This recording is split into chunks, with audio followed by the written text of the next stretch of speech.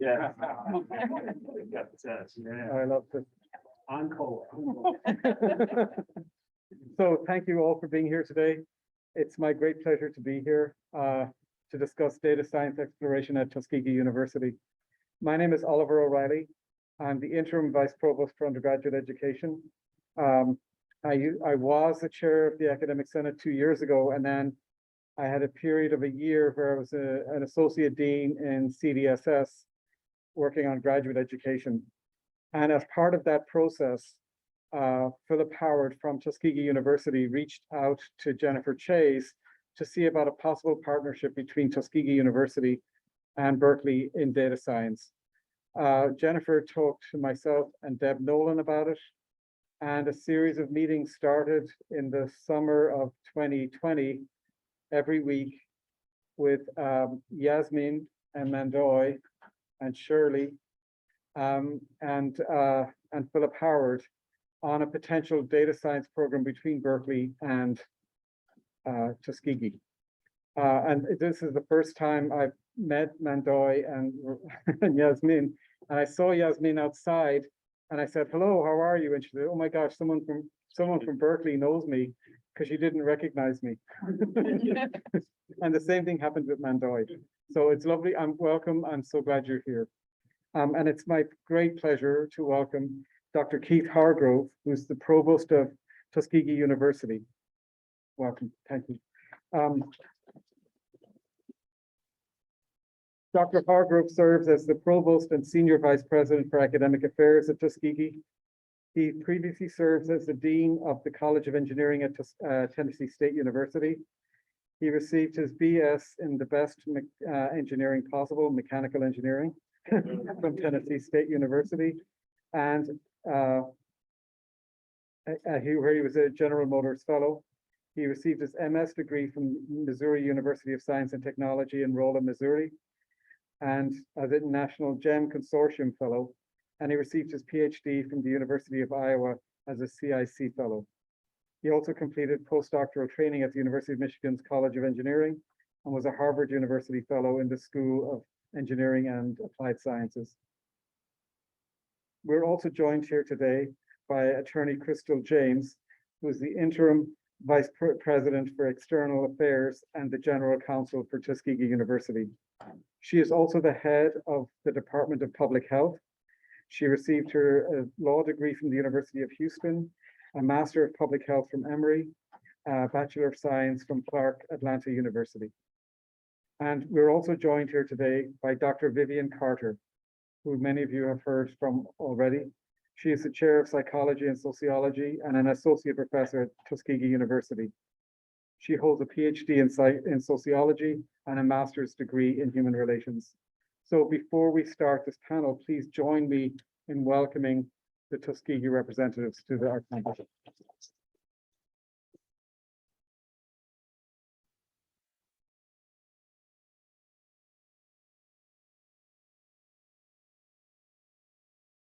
So my first question is for Provost Hargrove. Could you talk to us about a description of Tuskegee University and its rich history and also its organizational structure?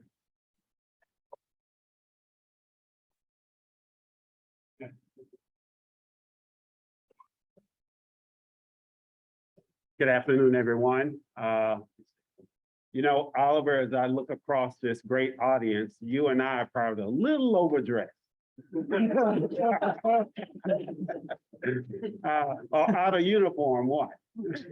You have a much better tie than me. Thank you, sir.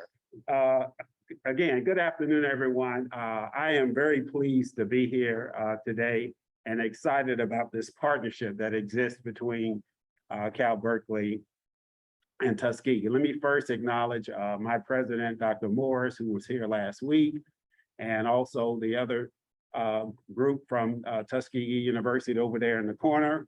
Great show of hands. Yes, absolutely. Thank you for all your work as well.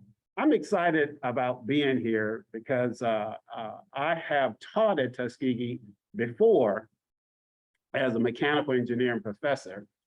And at the time, we at Tuskegee University sent a number of students to graduate school.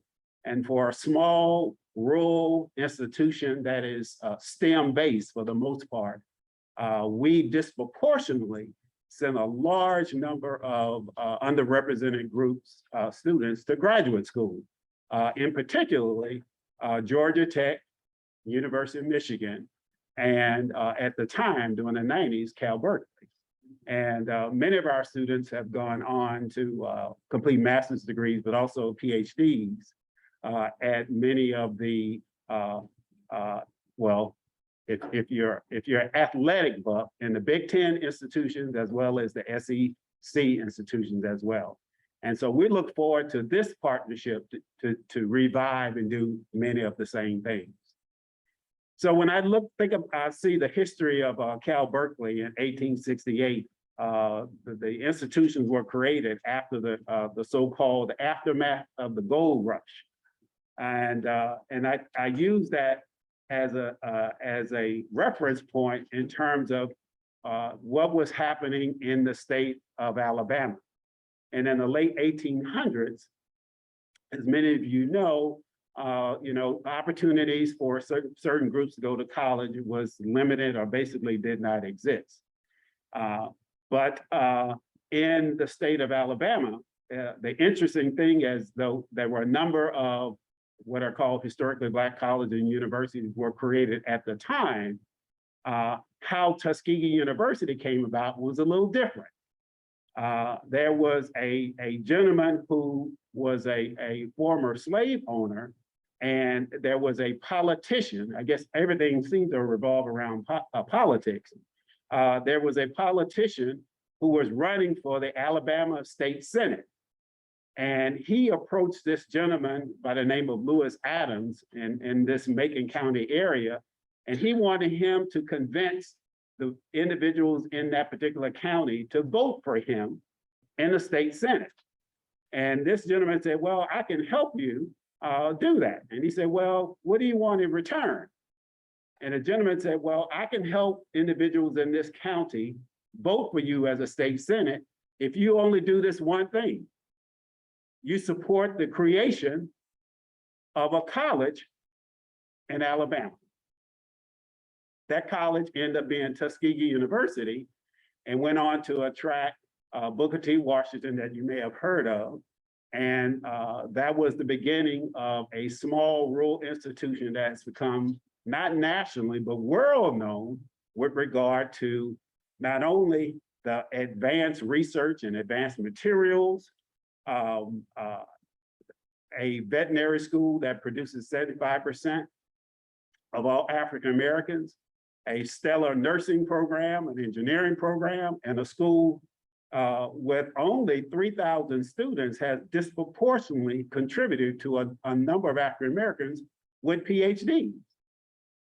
That little small school in Alabama has done that. In addition to the history of that institution over the years, the Tuskegee Airmen as well, and the kind of developments that has happened in a school, again, with such a small size, again, disproportionately has made a tremendous contribution to this country in the STEM field, but also in the social sciences and humanities. Many of our students go on to graduate school. That's the mission and the purpose of that institution. And the best thing about that mission is also the opportunity to collaborate with outstanding universities like Cal Berkeley to not only strengthen that mission, but also contribute to the environment and the purpose of institutions like Cal Berkeley to help, again, produce individuals who can go on and make a contribution to society as well. So again, we're excited about this partnership and look forward to growing it in the years ahead. Thank you, Greg.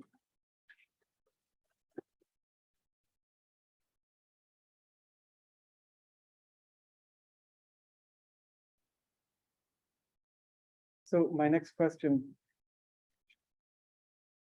is for Attorney Crystal James. From a legal perspective, what issues do you see what issues do you see as any liability issues around data sharing? And in particular, working with real data in our courses and student projects?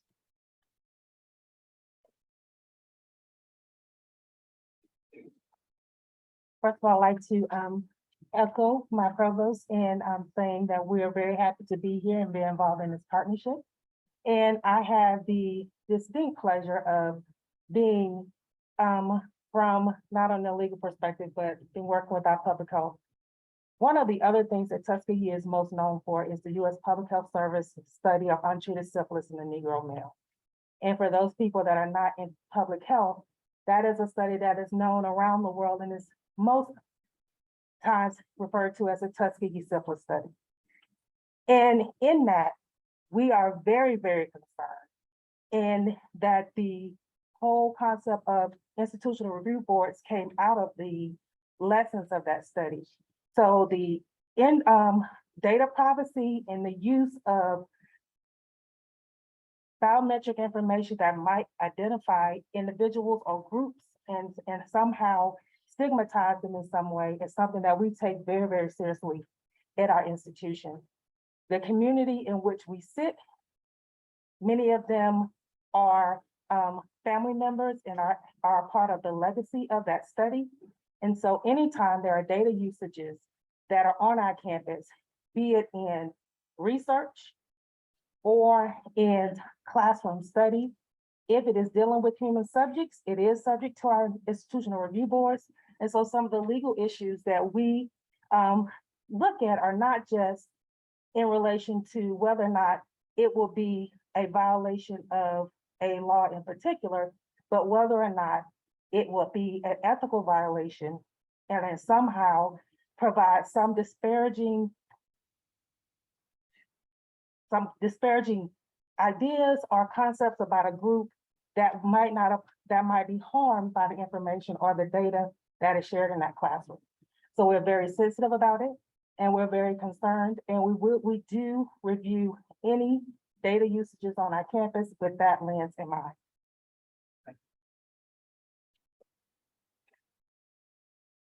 So my next question is for Dr. Carter.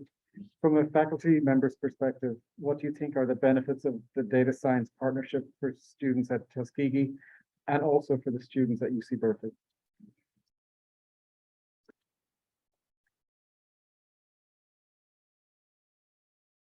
The benefits, I think, all around is the exposure that they get from interacting with one another. I think that for students coming from a small rural community to this urban environment, brings a lot of opportunity.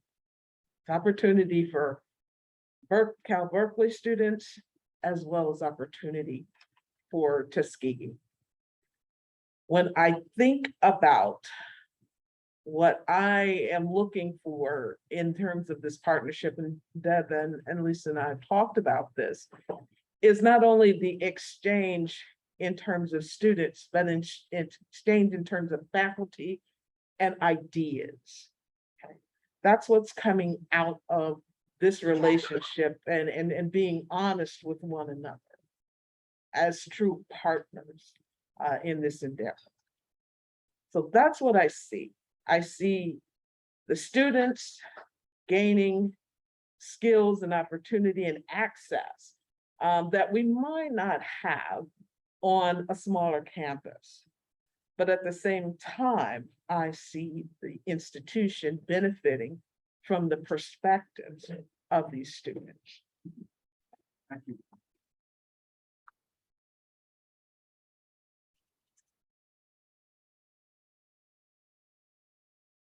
So my next question is for Dr. Hargrove. Could you talk to us a little bit about the status of data science education and research at the Tuskegee University? Thank you.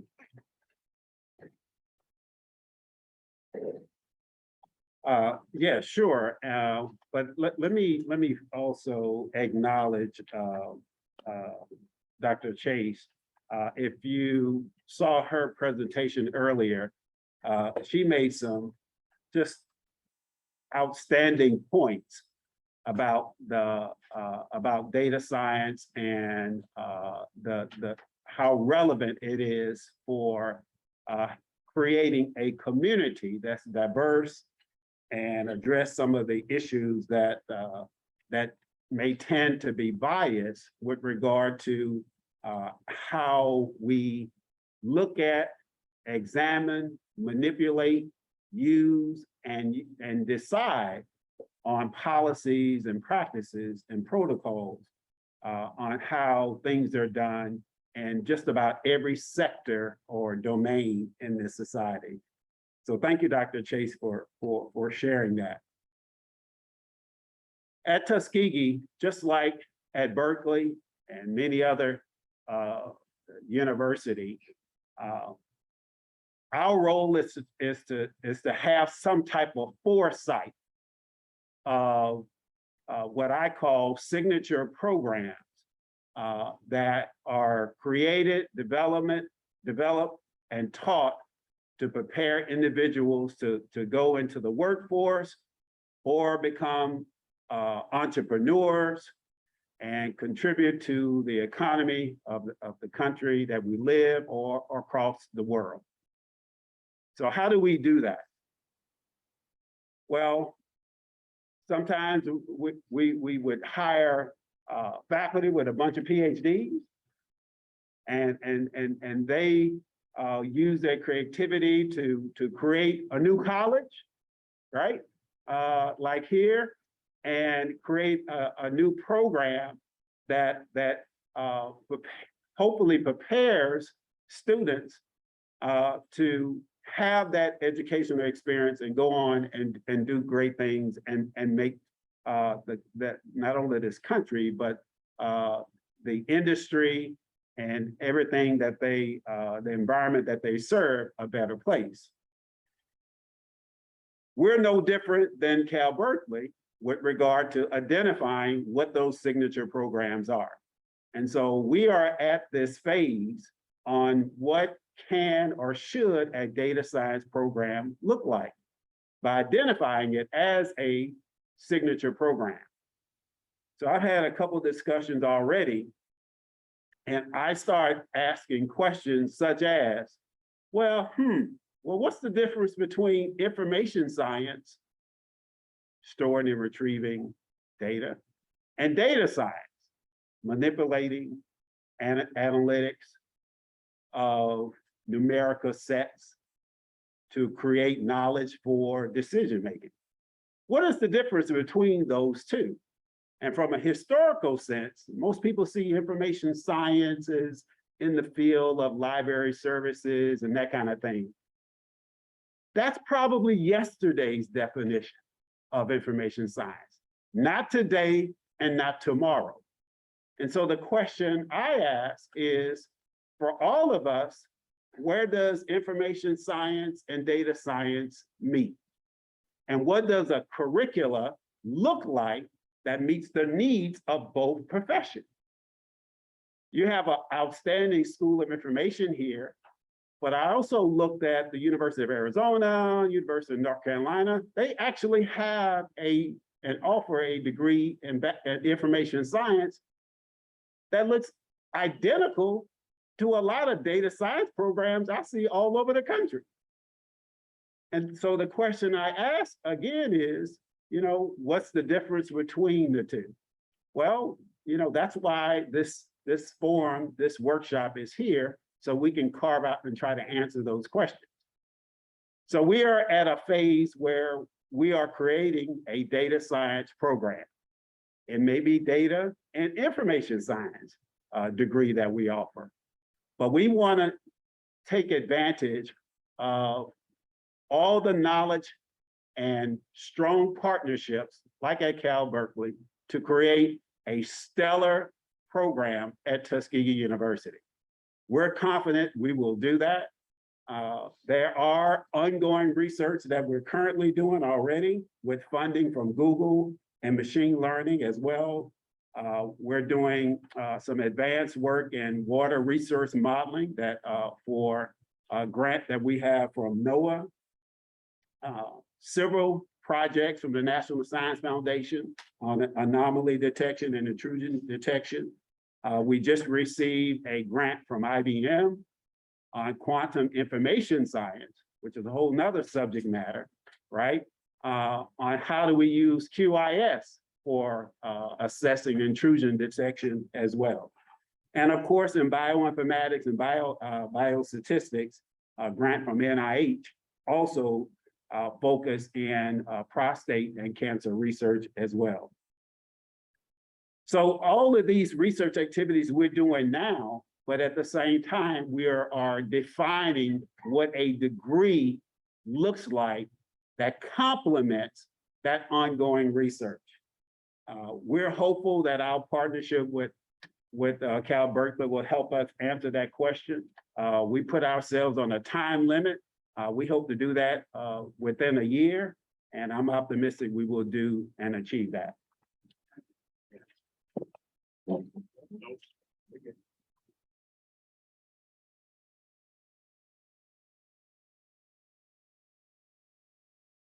So my next set of questions are for the panelists. So Berkeley and Tuskegee are they're two very different sizes. Tuskegee has approximately 3,000 students. Berkeley has 40,000 students, and we'd have a lot more if the city of Berkeley would allow us to do that. We are an R1 public research university. Tuskegee is a HBCU. I think the question we all ask is, what can we learn from each other? And how can this partnership directly address the barriers to data science education, which are considerable at this point in history? So I just want to open it up to whoever would like to speak on to this question.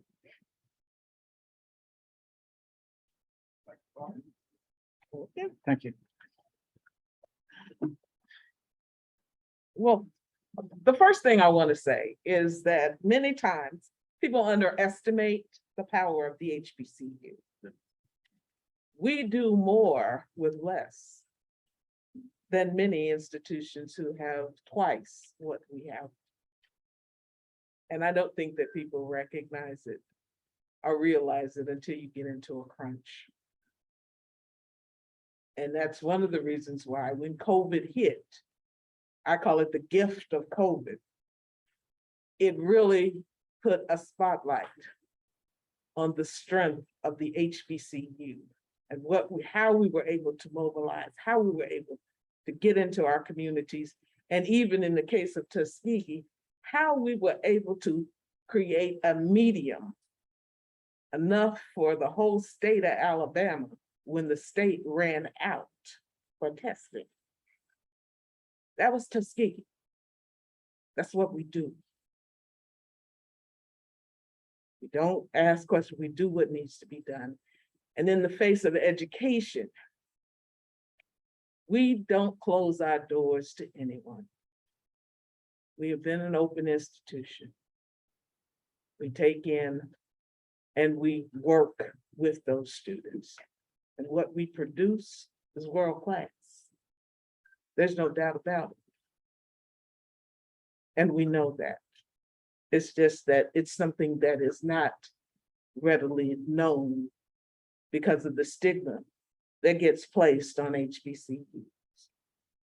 So that's, for me, that's the first thing, is that it needs to be recognized and realized that HBCUs do produce top quality graduates. That what the products that come out of HBCUs, in terms of the research, in terms of the quality of the instructors, again, quality. It's not, I hear people always say, well, you're just a liberal arts college, or all you guys do is teach. We do both.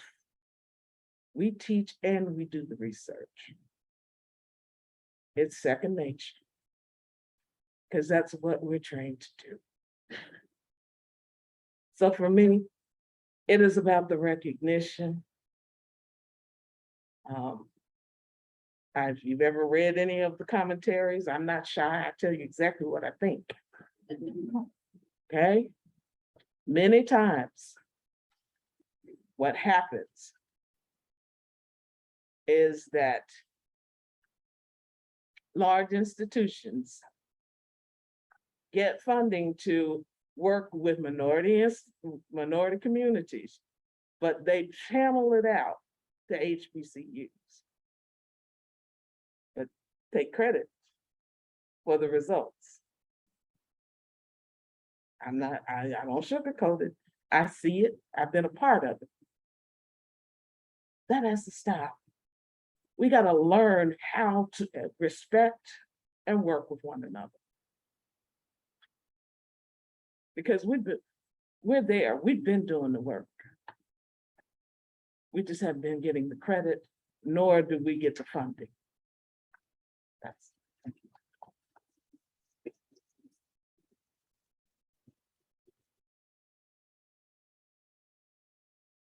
Thank you. And now I'd like to open it up to the floor for questions for the panel. If you could tell us your name and your institution, that would be great. European Miracle College,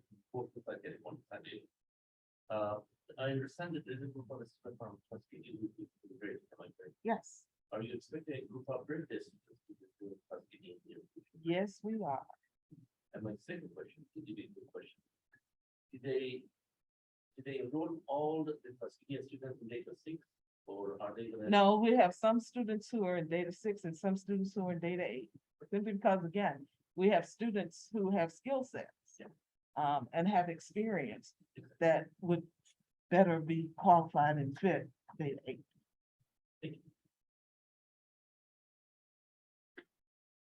Any questions?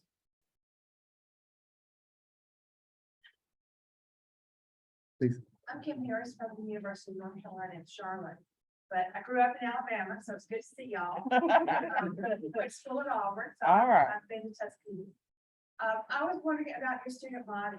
You said a couple of times that y'all have about 3,000 students. Where are your students coming from? Mostly Alabama, the South, all over. And then I'm from a math department, so how many students do you have who are majoring in math and science? Math in particular. Good questions and welcome, our Alabama native. Let me go back because one of the previous questions about the organizational structure. So again, we are about 3,000 students. And historically, we are recognized, even though we do great work in the social sciences, we are essentially a STEM-based institution.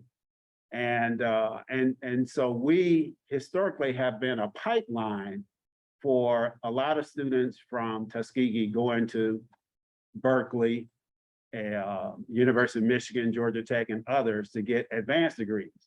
Our faculty, okay, are graduates of Michigan, Iowa, and many of the schools, the same schools that you attend. But in terms of the student population, our number one in terms of states are the adjacent states, which would be Georgia, Tennessee, and of course, Alabama. But amazingly, when you look at the top 5 states where our students come from, California is in the top 5. California is in the top 5. Believe this sunshine state, right? And to come to Alabama, maybe it's a level of consciousness to find out, how true Southerners live, or to really try the sweet tea that is absolutely delicious, right? So that's, students from around the country, but also from around the world. We are incredibly diverse, students from all over the world, in terms of international students as well. And that kind of diversity is a very rich type of environment. When I heard about the size of you guys' classroom, and I was just literally shocked. and shocked and concerned about the whole factor of learning. And I'm sure that happens. But if you talk to any small liberal arts school, or even looked at the U.S. News and World Report ranking and look at all those small private wealthy endowed institutions that have an enrollment of what? Less than 3,000 students. It's really the intimacy of that environment that enriches their college experience, right? We're the same way. It's the same kind of environment for a different cohort or group of students. That's what makes us unique. And we are excited about collaborating with a school like Cal Berkeley. Now, we do collaborate with a number of other institutions that also have their uniqueness as well, including Auburn, right? Including MIT. One of my best students got her PhD at MIT, and now she leads the chemical engineering department. So in terms of where those students come from, I also want to acknowledge where they go. You know, about a quarter of our students, graduates, go on to graduate school, and they go to institutions that many of your faculty have also graduated as well. And let me also say, as I talk to Deb, we want to revive a long-standing fellowship program called the GEM Fellowship Program that has existed for decades with Cal Berkeley. But I would say that the pipeline of students going to that program has not been that well over the last 10, 20 years. But during the 90s and the early 2000s, Tuskegee was sending a number of students to University of Michigan, Cal Berkeley, Georgia Tech, in the STEM fields. We wanted to revive and use this initiative to do the same thing. And so we're excited about that, and we look forward to reigniting that opportunity as well. Thank you. So I just wanted to elaborate on one of the answers to the question. So Berkeley is committed to developing this partnership. I think we see it as being, you know, all we want our students and faculty to go to Tuskegee University. We want it to be a two-way pipeline. I think that's very important to us. I think Dr. Carter talked about the gift of from COVID. I think COVID and gift in the same sentence doesn't sound. But I do feel that I feel that during the pandemic, our Deb and I were writing the college pre-proposal for CDSS. And it was some really tough going, to say the least sometimes. But every week we would meet with Mandoy, Shirley, and Yasmin, and talk about the partnership with Tuskegee and work on developing that. And so we wrote some NSF grants with Lisa Yan joined us, and then was a real catalyst for getting us organized to write NSF grants together. So we did submit NSF grants together to develop this program. And like all NSF grants, it sort of goes into a vacuum for 6 months, and then you just wait and hear. But luckily, Google provided support to Tuskegee in the interim, and the support from Google to Tuskegee is what's jump-started this program. But I do think for all of us on the Berkeley side, this has been just a wonderful experience, and we are fully committed to growing it further. There's also opportunities to grow beyond CDSS. There's also discussions of partnerships with law, business, and also with the School of Public Health. And those partnerships, which were starting to be discussed last week at the kickoff to this meeting, where the president of Tuskegee and Chancellor Christ had a meeting, are just beginning to start now. But we also welcome any of you who are interested in participating to on the Berkeley side and beyond to talk to us. I want to open up the floor for more questions from all of you.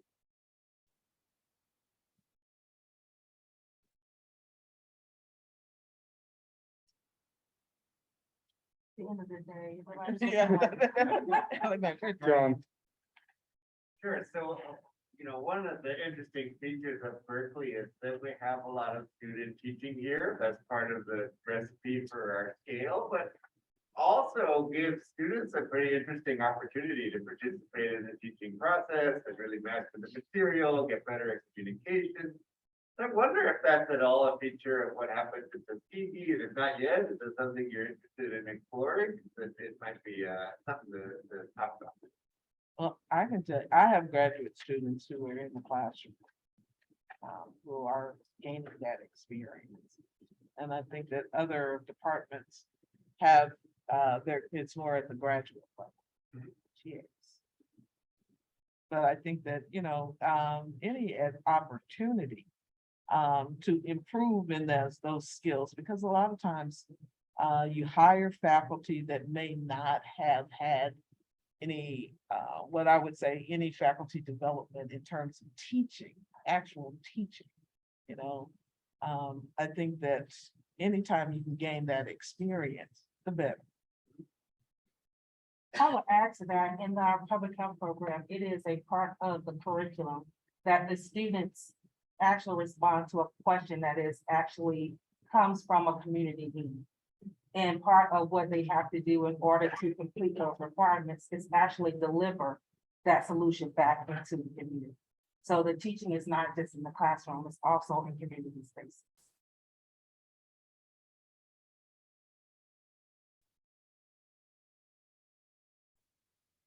any other questions?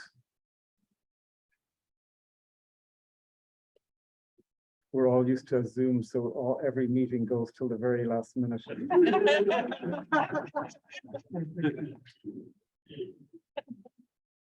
If there's not a question, I would like to just add one other thing. I think one of the critical pieces in that make me excited about data science and the collaboration between our two institutions is the ability to build tools to help us to layer data in a way that will actually help us move towards health equity. We all know and we've understood that genetics load the gun, but it's your environment that pulls the trigger. And so in the Black Belt of the United States, there are so many different environmental triggers that people are exposed to. But most data sets don't allow the type of layering to actually see all the different exposures and the different things that might cause some of the many different reasons that we have so many underlying health conditions that were highlighted during the COVID-19 experience with more deaths, excess deaths to COVID, especially in these rural spaces. And so I'm really, really excited, and I'm hopeful that somebody in this room or some students that you will touch will help create the tools that will help us do better data mining and data sharing to address those problems. Could you give some examples of the layering that you're talking? Right, some of the social determinants of health. Do I need to get in the mic? Yeah. Oh, you can use the owl. I'm sorry. You can just use the owl. I'll just move it. Okay. Eric, can I? Yeah. Oh,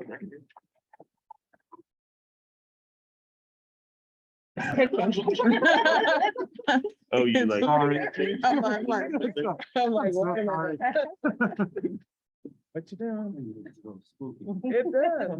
That was good. Kind of stare at you. Well, right now, when we look at data from the behavioral risk factor surveillance survey, we can look at zip code data, but you can't necessarily tell exactly where those individuals may have worked or where the parents in that home may have lived or worked and what kind of exposures they may have. You don't have a way to then overlay that with the type of dietary foods that are available whether they're in a food desert or food swamp. That also might be contributing to some of the health impacts that they are dealing with. Also, the availability of primary care physicians or specialized physicians for any type of underlying health conditions that they have. So being able to look at a community like Macon County that is 85% African American and has a highly educated population, but they're in a food swamp.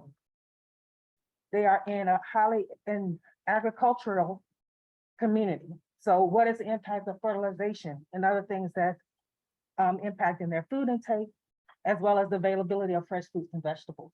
How is that impacting diabetes, obesity, chronic cardiovascular disease? And the availability of physicians that can treat those illnesses.